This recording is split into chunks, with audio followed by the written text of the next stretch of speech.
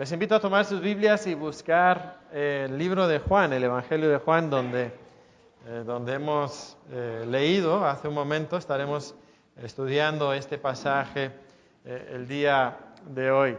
No sé si alguna vez te has topado con alguien que siempre le encanta llevarte la contraria. Siempre. No importa quién sea, pero te lleva la contraria.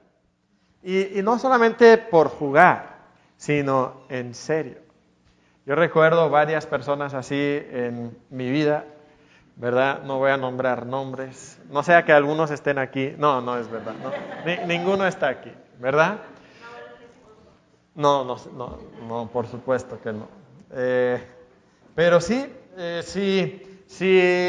no sé, si le saludas, pues se enoja por la manera en que le saludaste. Si no le saludas, se enoja porque no le saludaste. Si le hablas, se enoja porque no le gustó lo que dijiste. Si no le hablas, te acusa de ser soberbio. Y si muestras compasión, no, es que esa persona es demasiado permisiva. Y si eres exigente, es que esa persona es muy dura. Da igual lo que hagas, siempre te va a llevar la contraria.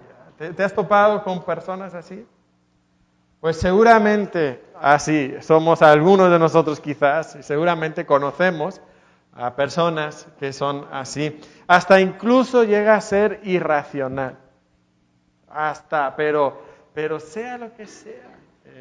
Otra vez no voy a nombrar nombres ni contar historias, pero recuerdo a una persona en mi familia, no inmediata, ¿verdad? Pero extendida, que así era.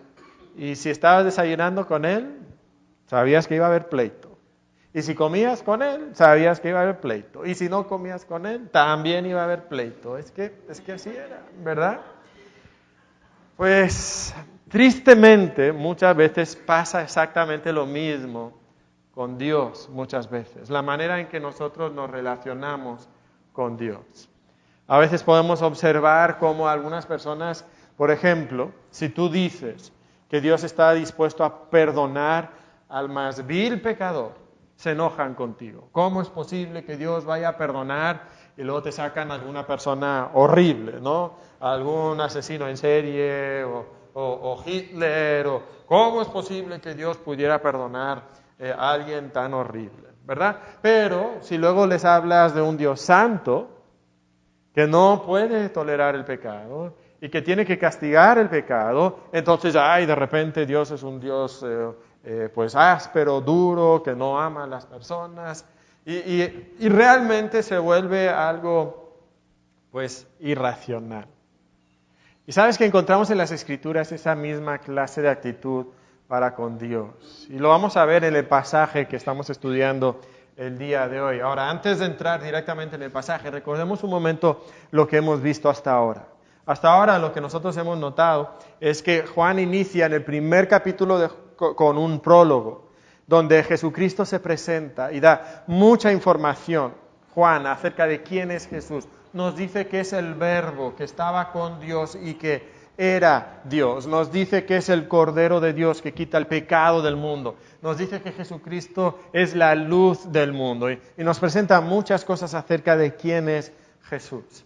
Pero iniciando en el capítulo 2, del capítulo 2 hasta el capítulo 4, tenemos un ciclo geográfico.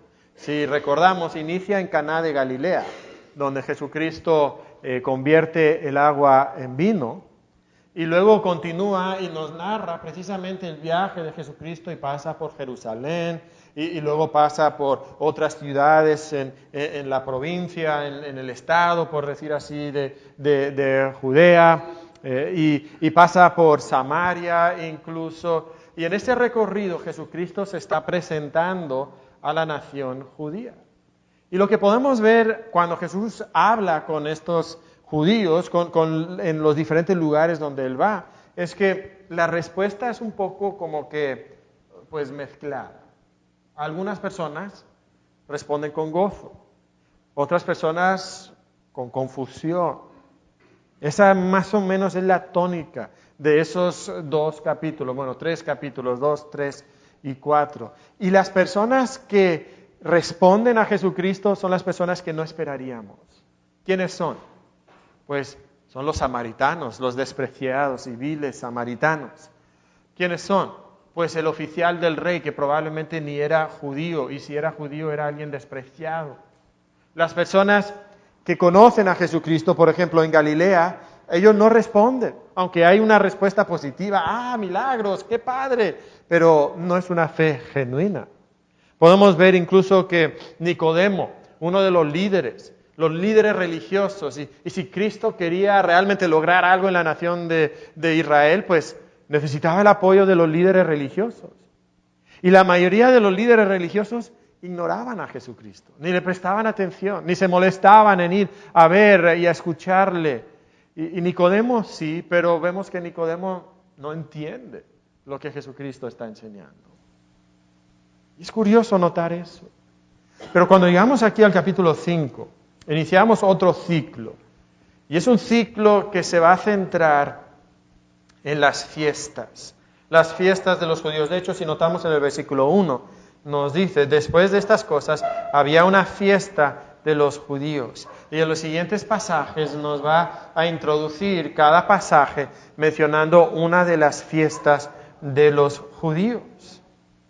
Y Jesucristo aquí se presenta, pero lo que vamos a notar en estos 8 capítulos, desde el 5 hasta el 12, es que una y otra vez Jesucristo es rechazado.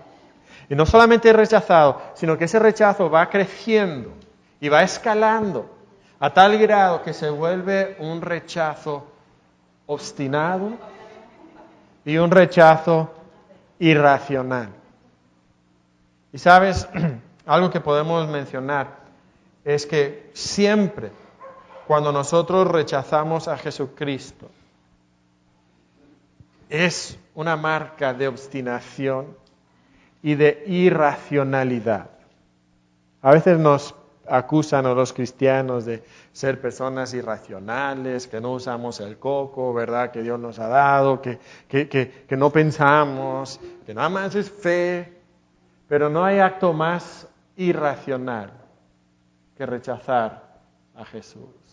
Y eso es lo que vamos a ver, cómo los judíos se vuelven obstinados y hasta irracionales en su reacción y en su rechazo a Jesucristo. Vamos a verlo, lo vemos desde este primer pasaje en esta nueva sección en el Evangelio de Juan. Nos dice en el versículo 1, como ya hemos mencionado, que Jesucristo deja Galilea y viaja a Jerusalén para una fiesta de los judíos. Los judíos tenían 3 fiestas anuales donde todo hombre adulto judío tenía que viajar a Jerusalén para celebrar alguna fiesta religiosa. Y entonces Jesucristo viaja a Jerusalén. ¿Cuál de las fiestas eran? No sabemos qué fiesta era. Por tanto, deducimos que no era importante, porque en las demás fiestas Juan menciona específicamente, fue esta fiesta. Y algo que Jesús dice o hace en ese momento tiene algo que ver con la fiesta específica. Aquí no nos dice cuál de las fiestas era, si era una de las 3 principales o si era alguna otra fiesta que los judíos habían añadido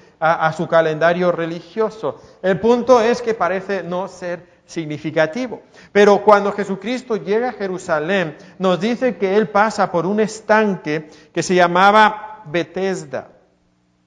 Este estanque era aparentemente muy grande, porque tenía 5 pórticos.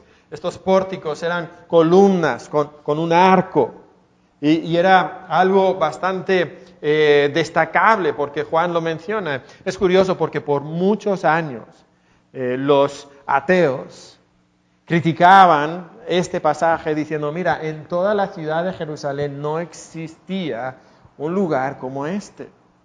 No existía.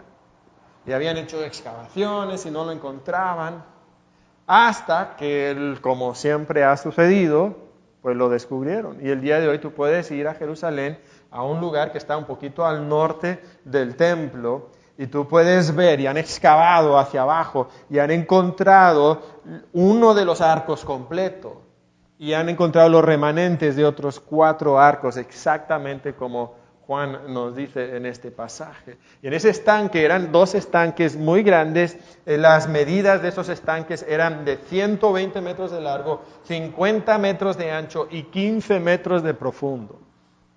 Eran estanques enormes. Y tenía algo que ver con la purificación en el templo. El agua lo usaban en relación al templo y por eso estaba justamente en ese lugar. Y entonces llegando a ese estanque se había creado una tradición. ¿Cuál era la tradición que se había creado? Bueno, los versículos 3 y 4 nos dicen cuál era la tradición. En el versículo 3 inicia diciendo, en estos yacía una multitud de enfermos, ciegos, cojos y paralíticos. ¿Y por qué estaban ahí? Bueno, la segunda parte del versículo 3 y el versículo 4 no está en los manuscritos más antiguos, pero nos sugieren cuál era la tradición y encontramos otros escritos que verifican esto. Y la idea que ellos tenían es que de vez en cuando por alguna corriente subterránea que llegaba a los estanques, de repente el agua se movía. Y la tradición que tenían los judíos, la mitología, por decir así, que ellos tenían, era que ese mover de las aguas era un ángel. Y que la primera persona que llegaba y se metía al agua, y tocaba el agua después del mover de las aguas, que esa persona sería sanada. Y entonces siempre había en ese lugar muchas personas esperando ser sanados, pero lo curioso es que es una fiesta, entonces seguramente el lugar estaba pero a reventar, más que en cualquier otro momento, ¿verdad? Porque miles de judíos, de hecho cientos de miles de judíos, llegaban a Jerusalén en las fiestas. Y seguramente muchos de ellos fueron corriendo corriendo no, porque muchos eran cojos y paralíticos, ¿verdad? Pero pues llegaban a este lugar pensando que de alguna manera quizás les tocaría la lotería, ¿verdad? Y que pudieran ser sanados. Y lo curioso en todas estas cosas es que nosotros no sabemos si estas cosas eran ciertas, si realmente descendía un ángel, como menciona ahí, pero era la idea. Y en ese lugar que estaba rebosando de gente, que estaba peor que la central de autobuses, ¿verdad?, en estas fechas de Navidad, nos dice que había ahí un hombre que hacía 38 años que estaba enfermo. 38 años que estaba enfermo. No sabemos exactamente qué enfermedad tenía. Y no sabemos qué enfermedad tenía porque no nos lo dice el apóstol Juan al escribirlo. Nosotros suponemos, por lo que dice en el versículo 7, que era algo que afectaba su movilidad. Y ha mencionado a cojos y paralíticos, ¿verdad? Y nos dice que él no se podía mover. De hecho, cuando Jesucristo le pregunta si quiere ser sanado, el hombre le contesta cortésmente, Señor. O sea, no está diciendo Señor en el sentido de Jesús te reconozco como Señor, sino como nosotros usamos la palabra Señor, lo podían usar así también, ¿no? Como de cortesía, de buena educación. Señor, le respondió el enfermo, no tengo quien me meta en el estanque cuando se agita el agua. Y entre tanto que yo voy, otro desciende antes que yo. Entonces su movilidad de alguna manera no era la mejor. Entonces suponemos que su enfermedad tenía algo que ver con su movilidad. Quizás era cojo, quizás era paralítico. El caso es que ahí estaba tirado. Y él no era uno de estos que llegaba nada más a la fiesta, ¿verdad? A ver si le tocaba la lotería, como decíamos. Aparentemente era un hombre que llevaba ahí muchos años, no sabemos exactamente cuándo, pero había puesto su esperanza y su fe en que estas aguas le iban a sanar. Ahí estaba su esperanza. Y podemos denotar por la respuesta que le da a Jesucristo, que él no tiene ninguna esperanza puesta en Jesús. Más adelante nos va a decir que él ni sabía quién era Jesús. Él está mirando las aguas. Él está soñando con que esa tradición y ese mito que tenían los judíos podía traer sanidad a su cuerpo. 38 años. Seguramente había ido con todos los médicos y no había podido ser sanado. Seguramente él había hecho todo lo posible por sus medios y no había podido ser sanado. Y lo único que ahora le quedaba era sentarse en las aguas esperando que sucediera lo imposible. Primero, que fuera realmente un ángel que moviera las aguas y que realmente alguien fuera sanado. Pero piensa en lo ridículo que es que un hombre cojo o paralítico pudiera soñar con ser el primero en llegar a las aguas. Una esperanza bastante irracional encontramos en este hombre. Estaba pensando, ¿en qué estás esperando tú? O sea, ¿qué piensas tú que te puede salvar a ti? ¿En qué estás creyendo? Quizás piensas, yo no necesito ser salvo. Pero la realidad es que todos necesitamos ser salvos y todos estamos buscando ser salvos. Algunos están buscando ser salvos de alguna enfermedad física y han depositado sus esperanzas en los médicos o en la quimioterapia o en algún tratamiento nuevo que se pueda descubrir en los siguientes años. Eso es donde está su esperanza. Otras personas están esperando que alguien les salve de alguna circunstancia difícil, quizás un trabajo horrible, un jefe que no aguantas, quizás una familia difícil.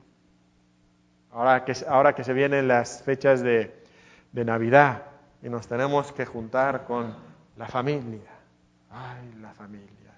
A veces es una bendición. Y a veces no es tanto una bendición, sino lo otro, ¿verdad?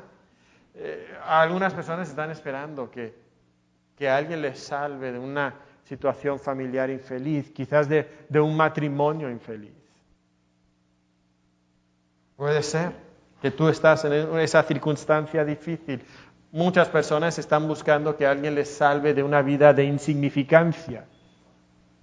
Y están buscando que quizás su vida sea relevante por medio del trabajo. Si yo tengo éxito en el trabajo, las personas me mirarán con respeto. Si yo gano mucho dinero, eso hará que mi vida cobre significado y relevancia. Si yo logro tener la buena opinión de los demás, si aprueban de mí, si celebran lo que yo hago, si me aplauden, eso entonces dará significado a la vida. Otras personas buscan ser salvos de la insignificancia por medio del sexo, otras personas por la atención del sexo opuesto. Es que eso me hace sentir bien. Esta es la pregunta, ¿en qué estás poniendo tu esperanza?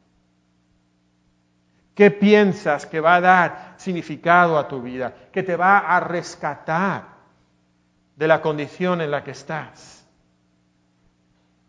La realidad es que todos estamos esperando ser salvos de algo.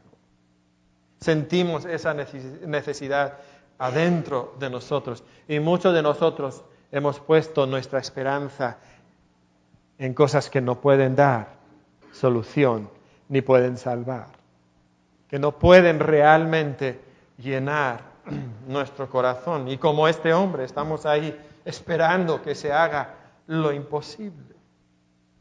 Y este hombre ahí esperando, tiene a Jesucristo enfrente, pero no pone su fe en Jesucristo. En parte podemos decir, bueno, es que no conocía a Jesucristo, pero él tiene sus ojos puestos en el agua.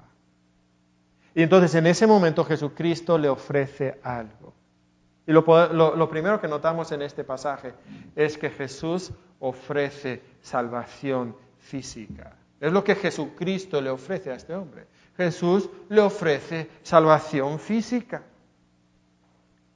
Dice que Jesucristo lo vio acostado y de alguna manera, no sabemos cómo, él supo que ya llevaba mucho tiempo ahí y entonces le pregunta, ¿quieres ser sano? Y este hombre por supuesto que quiere ser sano, pero está mirando a las aguas, ahí está su enfoque. Pero aún a pesar de la falta de fe y de conocimiento de este hombre, Jesucristo le ofrece salvación física y le dice a ese hombre, levántate, toma tu lecho y anda. Y nos dice que al instante, esas piernas que quizás llevaban 38 años, casi 4 décadas de no haber podido caminar, de repente esas piernas como que siente como que un chispazo, como que una corriente eléctrica y de repente esas piernas las puede mover y de repente como que esos músculos atrofiados por falta de uso como que empiezan a llenarse.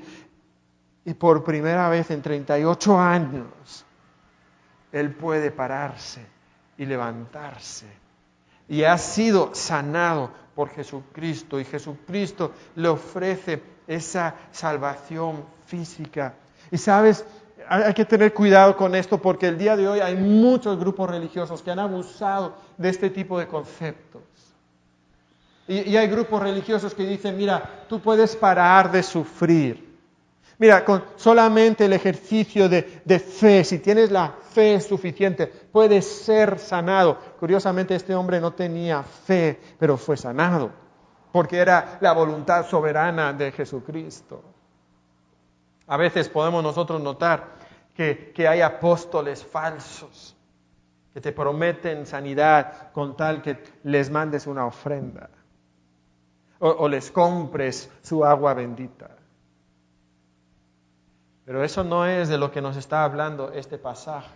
Este pasaje nos habla de que Jesucristo es poderoso y puede sanar físicamente. No lo hace siempre, piensa en todos los demás, todos los enfermos, todos los paralíticos, todos los cojos que estaban ahí. Pero en este momento, soberanamente, Jesucristo escoge sanar a este hombre. Y a veces Jesús ofrece la salvación física. Y este hombre entonces se levanta y camina y toma su lecho y se va. Ahora, hay dos cosas en este versículo que nos llaman la atención. Dos cosas que quizás nos sorprenden y no de manera positiva.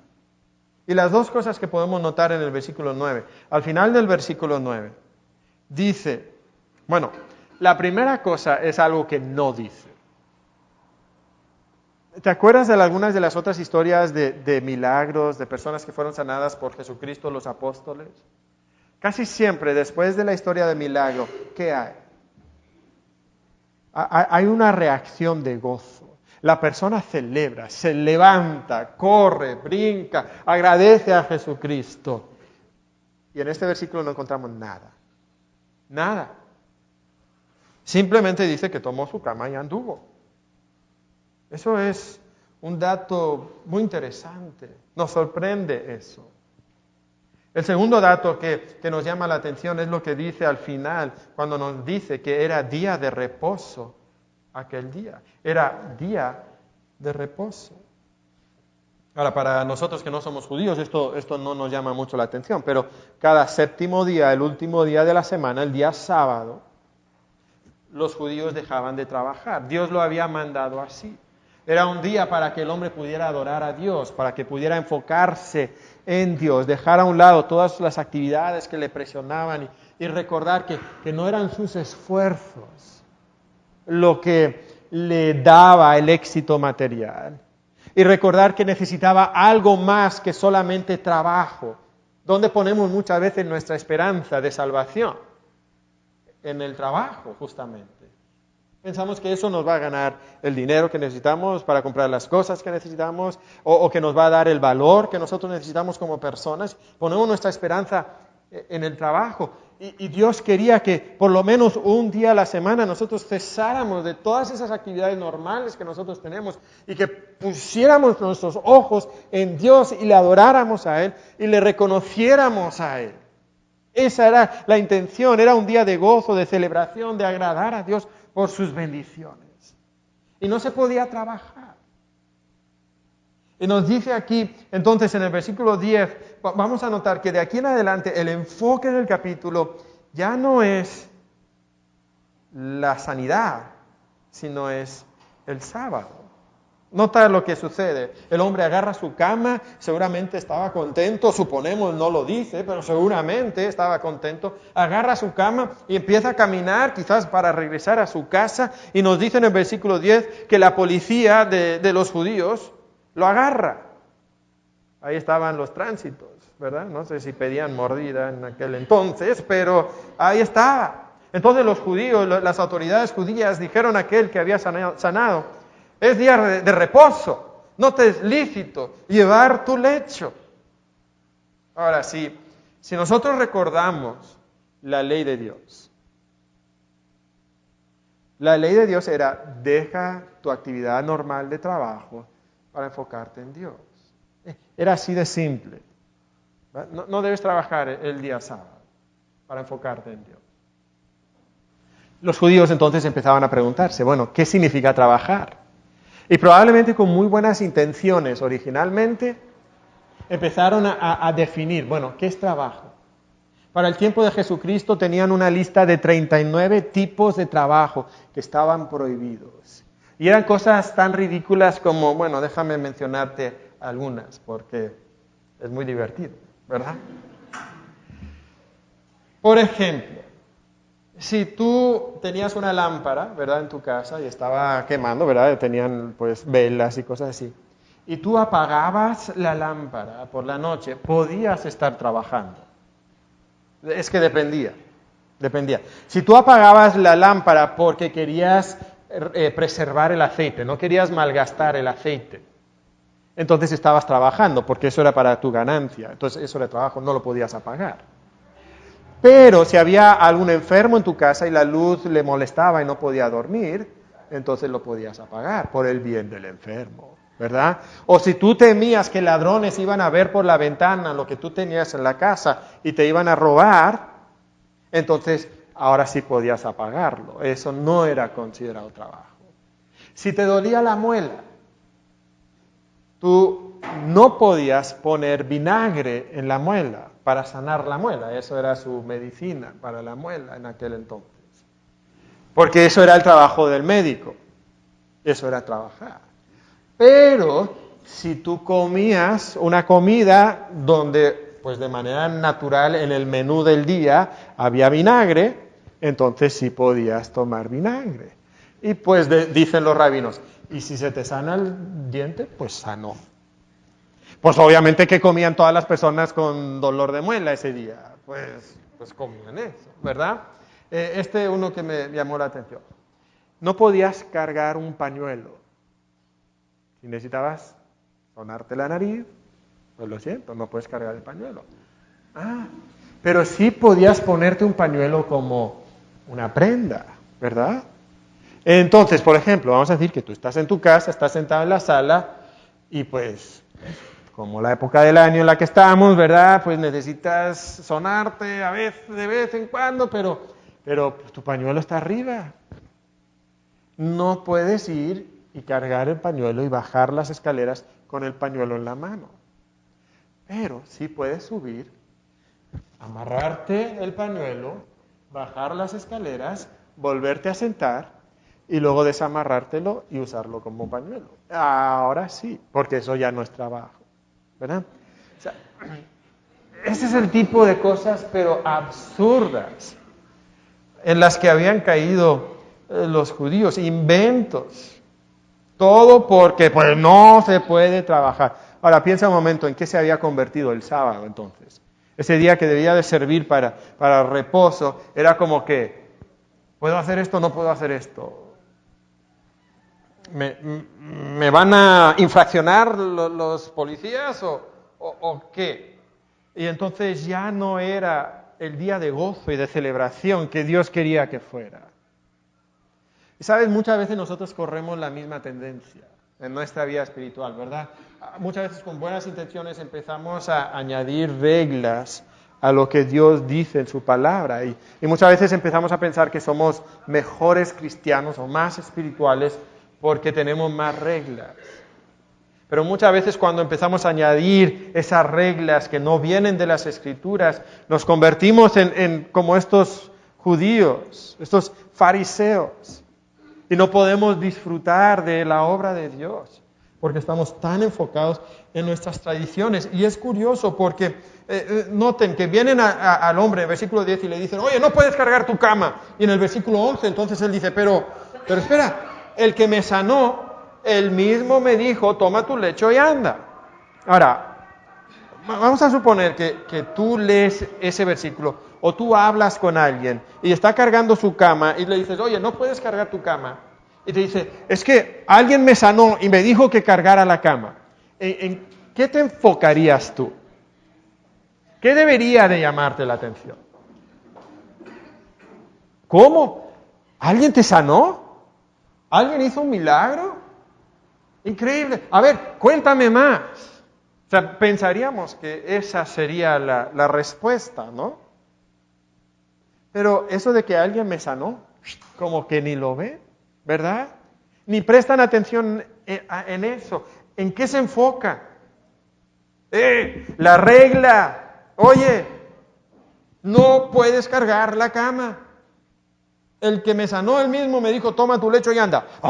¿Quién dijo, toma tu lecho y anda? ¿Quién fue? Esa es la reacción de estos hombres. Piensa, el sábado era ¿para qué? Para adorar a Dios. Para expresar tu gratitud por las bendiciones de Dios, por su provisión, por sus maravillosas obras. Y Dios acaba de hacer una maravillosa obra, sanando a este hombre. Y los fariseos están tan obsesionados con sus reglas que no pueden ni ver la gloria de Dios. Y sabes, muchos de nosotros somos exactamente así. Estamos tan enfocados en nuestras reglas, en nuestras tradiciones, en nuestras ideas de lo que significa ser un buen cristiano, que no podemos ni disfrutar la obra de Dios, no podemos ni ver la obra de Dios. No sé si les pasa en sus casas, pero en nuestra casa pasa algo a menudo. Estoy buscando algo, no lo encuentro, busco.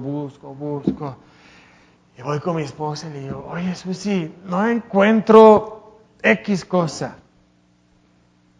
Lo he buscado por todos lados. Dice, ¿qué? ¿Eso? ¿Verdad? Ahí lo traes enfrente de la cara y no lo puedes ver. Está debajo tus narices.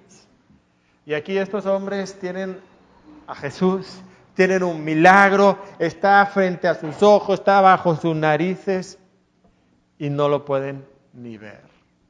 Y así muchas veces nos pasa a nosotros en la vida espiritual. Ahora, si regresamos al pasaje, notamos algo aquí. ¿Cuál es la pregunta entonces? Versículo 12. ¿Quién fue el que te dijo eso? Bueno, el que había sido sanado no sabía quién fuese. Otra vez, esto nos indica que no fue sanado porque él tenía gran fe. Él no sabía ni quién le había sanado, porque Jesús se había apartado de la gente que estaba en aquel lugar. Jesucristo, pues en toda esa multitud de gente, pues había desaparecido entre la multitud, y entonces este hombre no sabía ni quién era. Y entonces la respuesta, es curioso porque como que la respuesta del hombre en el versículo 11 parece ser como la respuesta de Adán y Eva. ¿Te acuerdas de Adán y Eva en el huerto de Edén cuando Dios les pregunta, oye, ¿qué habéis hecho?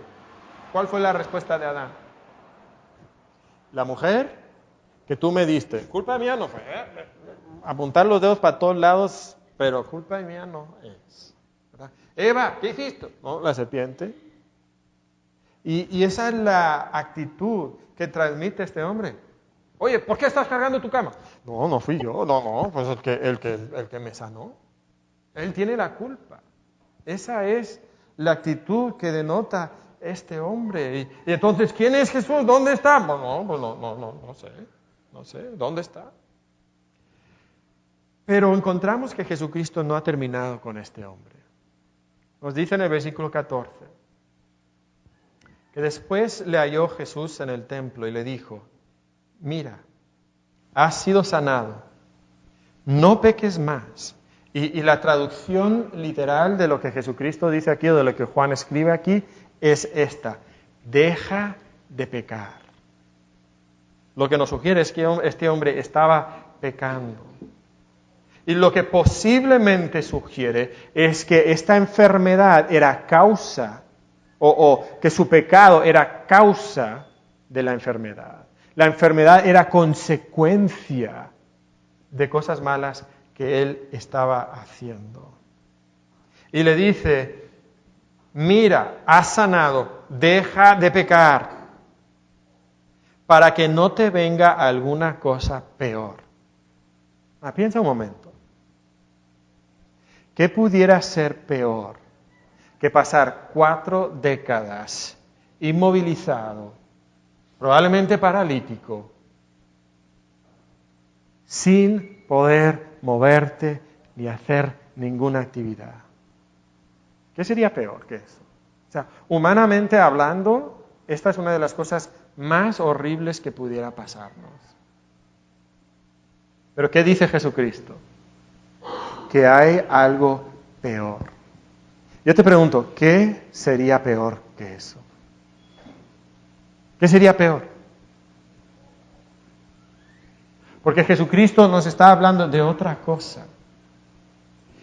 Y creo que cuando menciona no peques o deja de pecar, nos está poniendo el contexto del que Cristo está pensando. Y no está pensando entonces de algo físico, sino está pensando de algo espiritual.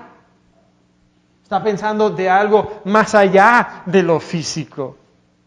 Y lo que le está diciendo a este hombre es que hay algo espiritual que es mucho peor que 4 décadas inmovilizado. Y es la condenación eterna.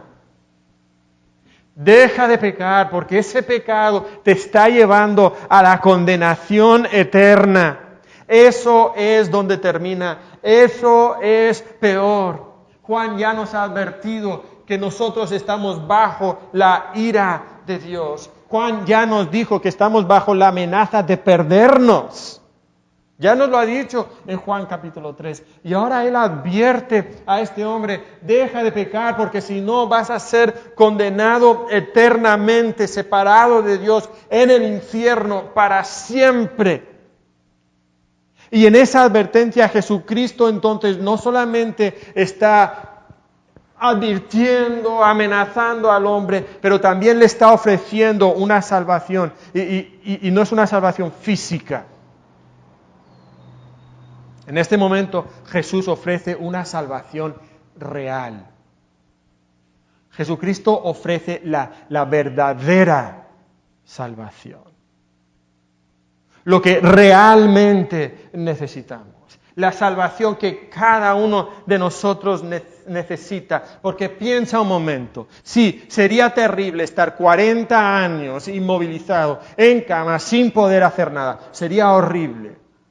Pero, ¿cómo se compara eso con una eternidad en el infierno alejado de Dios? ¿Qué es peor? Y si tú necesitas que Dios te salve en lo físico, mucho más necesitas que Él te dé la verdadera salvación, que es tu espíritu, es espiritual, es el perdón de tus pecados. Eso es lo que realmente necesitas. Y Jesucristo aquí viene y ofrece solucionarte tu problema más grande. Hay algo mucho peor que vivir una vida de insignificancia. Hay algo mucho peor que no tener éxito, o no ganar mucho dinero, o no tener una vida sexual satisfactoria, o no ser rico, famoso, aplaudido, nunca ser respetado o amado. Esas cosas son horribles, pero no es lo peor que te puede pasar. Lo peor que te puede pasar es que no conozcas la salvación real que Jesucristo te ofrece y salva tu alma del infierno. Eso es peor. Y aquí vemos otra vez la obstinación irracional del hombre. Poner nuestra prioridad y nuestra esperanza en cosas que no pueden salvarnos, que no pueden rescatarnos. Y a veces pensamos que, bueno, soy una buena persona, con eso Dios me aceptará. Bueno, es que Dios es un Dios de amor, seguramente Él no va a querer castigarme. Pero eso es ser irracional, porque la Biblia nos describe que sí, Dios es un Dios de amor. Es un Dios de amor tan grande que envió a su Hijo unigénito para morir en la cruz y pagar el precio por nuestro pecado, para que nosotros pudiéramos ser salvos. Pero también nos dice que el que no cree ya ha sido condenado, está bajo condenación, está bajo la ira de Dios. Y si tú no crees en Cristo, estás rechazando la salvación, la verdadera salvación que Dios quiere traer a tu vida. Y no puedes rechazar su ofrecimiento de salvación. Eso es ser irracional. si nunca has entregado tu vida a Jesucristo, Él te puede salvar. Él te puede dar lo que tú tanto necesitas. Y sabes también, si ya has entregado tu vida a Jesucristo, puede ser que todavía estás buscando significancia y satisfacción en otras cosas que no son Cristo. Jesucristo ofrece salvar tu vida, ofrece satisfacer tu corazón. Y Jesucristo viene y ofrece esta salvación, una salvación real. La salvación física solamente no es salvación, porque este cuerpo sin duda algún día morirá, pero tu alma vivirá por siempre, con Dios o sin Dios. Quisiera nada más mencionar algo más aquí antes de continuar, y es que algunas personas creen que porque Dios les ha bendecido de alguna manera, que entonces tienen todo el favor de Dios, que son salvos, que Dios los va a aceptar. Ah, mira, Dios me prosperó, Dios me sanó, Dios me dio esto, Dios me ayudó con este proyecto, entonces seguramente Dios aprueba de mí. Eso no es cierto. Noten, este hombre fue sano, Dios le sanó, Jesucristo le sanó, pero no era salvo.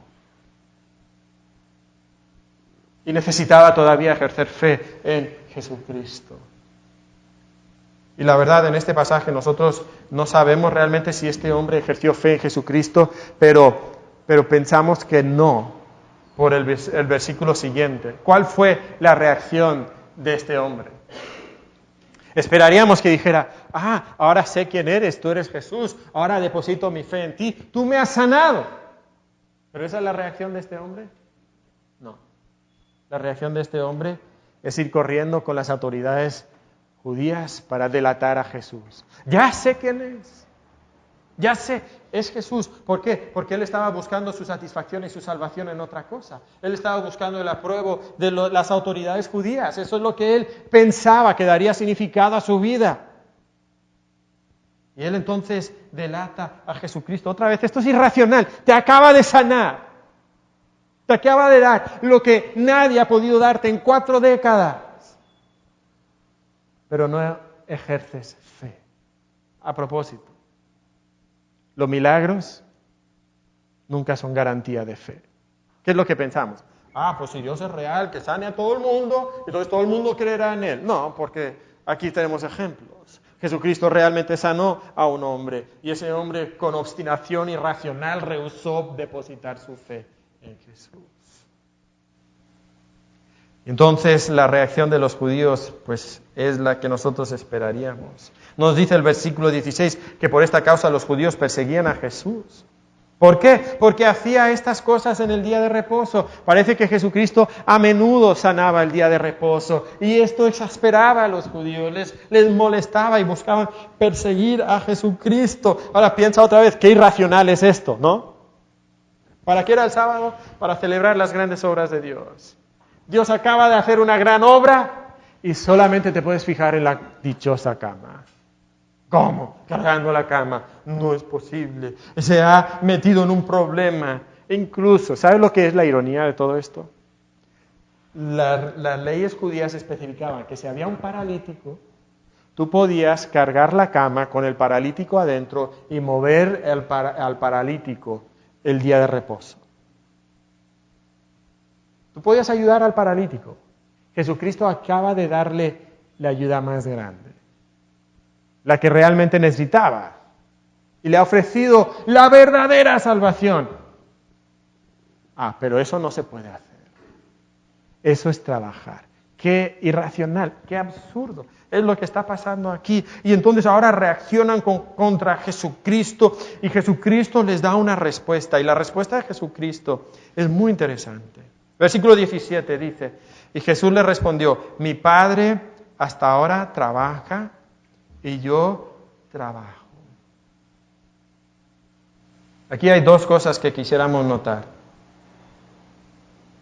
El primer elemento que ofendió a los judíos es que Jesucristo dice, mi Padre. Mi Padre. Los judíos hablaban de Dios como nuestro Padre. De vez en cuando en una oración alguien pudiera quizás hablar de Dios y decir, mi Padre Celestial, como nosotros lo decimos, pero eso era muy inusual, pero nadie decía lo que Jesucristo acaba de decir, que Dios es mi Padre. Él está reclamando y afirmando una relación especial, una relación única con Jesucristo. Y luego, con su Padre. Y luego dice, mi Padre hasta ahora trabaja y yo trabajo. La segunda cosa que ofende a los judíos es esta. Y es muy simple. Los judíos decían, ¿cómo existe todo el mundo? Pues Dios sustenta el mundo. Dios en su providencia mantiene en existencia el mundo. Si Dios dejara de sustentar el mundo, en un segundo este mundo se derritiría. Todo el universo, ¡pum!, desaparecería. Entonces Dios hace el trabajo de sustentar el universo y lo hace todos los días de la semana. O sea, es sábado, pues si Dios dejara de trabajar, ¿qué pasaría con el mundo? ¡Pum! Explosión atómica y nos vamos todos. ¿Ok? Y los judíos sabían eso. De hecho, hay escritos judíos de este tiempo donde ellos afirmaban, Dios trabaja el día sábado. Es que Dios es Dios. Dios tiene el derecho de trabajar el día sábado. ¿Sabes lo que Jesucristo está diciendo? Jesucristo está diciendo, yo puedo trabajar de la misma manera que Dios puede trabajar. O sea, está diciendo, yo soy Dios. Yo soy igual a Dios. Y eso es exactamente lo que los judíos entendieron. ¿Qué es lo que los judíos entendieron? Mira el versículo 18. Por esto los judíos aún más procuraban matarle, porque no solo quebrantaba el día de reposo, sino que también decía que Dios era su propio Padre, haciéndose igual a Dios. Lo que Jesucristo está diciendo es que yo soy Dios, por eso tengo el derecho de trabajar. Ahora piensa un momento, ¿qué es el trabajo que Dios estaba haciendo? En la creación Dios reposó, ¿verdad? El séptimo día, porque había terminado de crear. Pero en el momento que el hombre peca, Dios empieza a trabajar. ¿Y qué obra está haciendo? Es la obra de la salvación, es la obra de la redención, es la obra de la restauración, de restaurar todas las cosas, de echar marcha atrás a los efectos del pecado. ¿Qué acaba de hacer Jesucristo? Esa obra. La enfermedad es consecuencia del pecado. Y Jesucristo acaba de sanar a un hombre, acaba de echar marcha atrás las consecuencias del pecado. Jesucristo le acaba de ofrecer salvación real a este hombre, para que se echara marcha atrás a los efectos del pecado en la vida de ese hombre. Esa es la obra de Jesucristo. Esa es la obra de Dios. Y Jesús ofrece salvación real trabajando como el Padre. ¿Sabes por qué? Porque Jesús es igual al Padre. Jesús es igual al Padre. Jesús no es simplemente otro hombre. Jesús no es simplemente otro profeta, no es un filósofo, no es alguien que estableció una religión. Jesús es el Hijo de Dios que tiene la misma esencia, la misma naturaleza del Padre. Ese es Jesús. Y si Dios se encarnó y caminó entre nosotros y vino a la tierra y nos ofrece salvación, sería irracional no creer en Él. Y Jesucristo viene y ofrece esta salvación y la puede ofrecer porque es plenamente Dios, uno en esencia con el Padre. Y Él es el único entonces que puede ofrecernos salvación real. El único que puede ofrecernos salvación real. Lo que realmente necesitamos. Y esto es lo que yo quisiera que te llevaras el día de hoy. Si pudiera resumir todo lo que hemos dicho el día de hoy en una oración sería esta. Jesús, el Hijo de Dios, te ofrece salvación real. No lo rechaces de manera obstinada e irracional. Jesús, el Hijo de Dios, te ofrece salvación real. No lo rechaces de manera obstinada e irracional. Esto es el camino de la salvación. Y yo te pregunto si tú has rechazado o estás rechazando a Jesús. Si tú has rehusado depositar tu confianza exclusivamente y personalmente en Jesucristo, a pesar de su misericordia, ¿Sabes lo que significa Betesda? Casa de misericordia. Y ahí en la casa de misericordia, Jesucristo tuvo misericordia sobre ese hombre enfermo y le sanó físicamente, pero tristemente no hay ninguna evidencia de que este hombre aceptó la misericordia de Dios con fe. Y él continuó en su pecado. Y es irracional y es obstinado, por supuesto, pero sabes, Dios el día de hoy te ofrece misericordia. Dios el día de hoy te ofrece salvación. Dios el día de hoy te ofrece la salvación que realmente necesitas. Y no es una salvación física, es una salvación espiritual de tu alma. ¿Por qué rechazarías tal ofrecimiento de salvación? ¿Por qué buscarías significado en tu vida en otras cosas que no son Dios? Que no son Cristo, el Hijo de Dios. ¿Por qué continuarías buscando la satisfacción en el dinero y en el sexo y en el trabajo y en el éxito o el aplauso de las personas? Eso no puede satisfacer, eso no puede salvar, eso no puede dar significado. Solamente Jesús puede dar significado a través de la salvación que te ofrece. ¿Estás dispuesto realmente a entregar tu vida a Él? ¿Sabes? Incluso nosotros como cristianos. Muchas veces, a pesar de creer en Jesús, podemos estar buscando nuestra satisfacción y significado en esas mismas cosas. El aplauso, el apruebo, el sexo, el dinero, una casa grande, que los hermanos de la iglesia piensen bien de mí.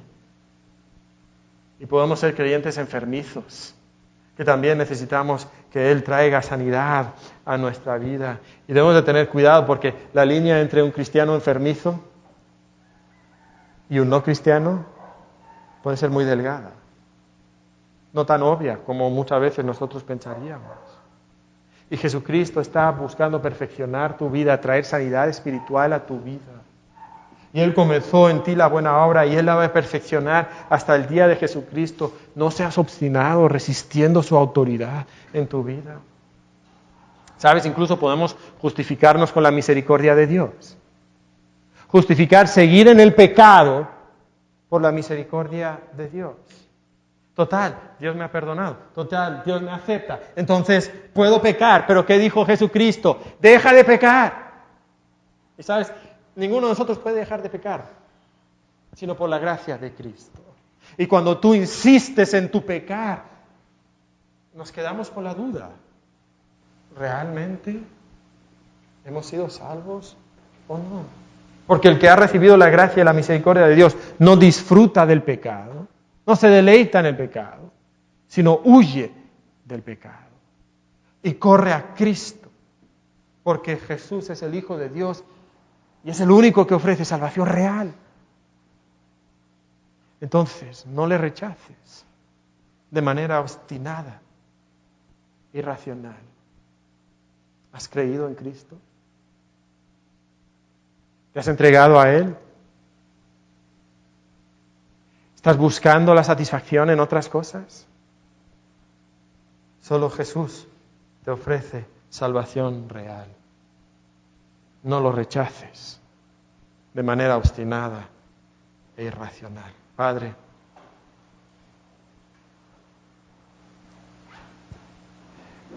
el acto más irracional que jamás pudiéramos nosotros cometer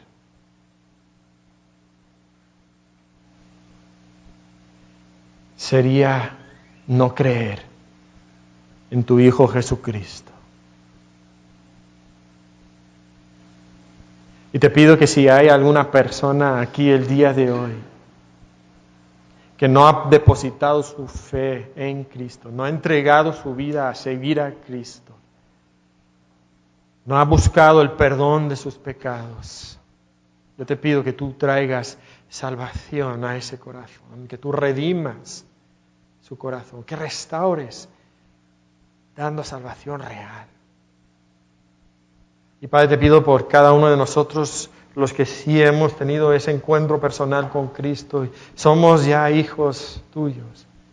Yo te pido que si estamos jugueteando con el pecado, Seamos buscando satisfacción y significado en otras cosas, Señor, que Cristo sea todo lo que llena nuestro ojo y nuestro corazón.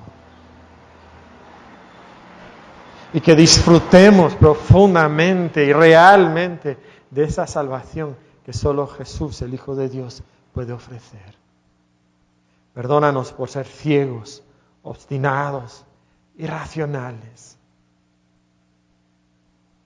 Señor, trae salvación real a nuestra vida. En nombre de Cristo pedimos esto. Amén.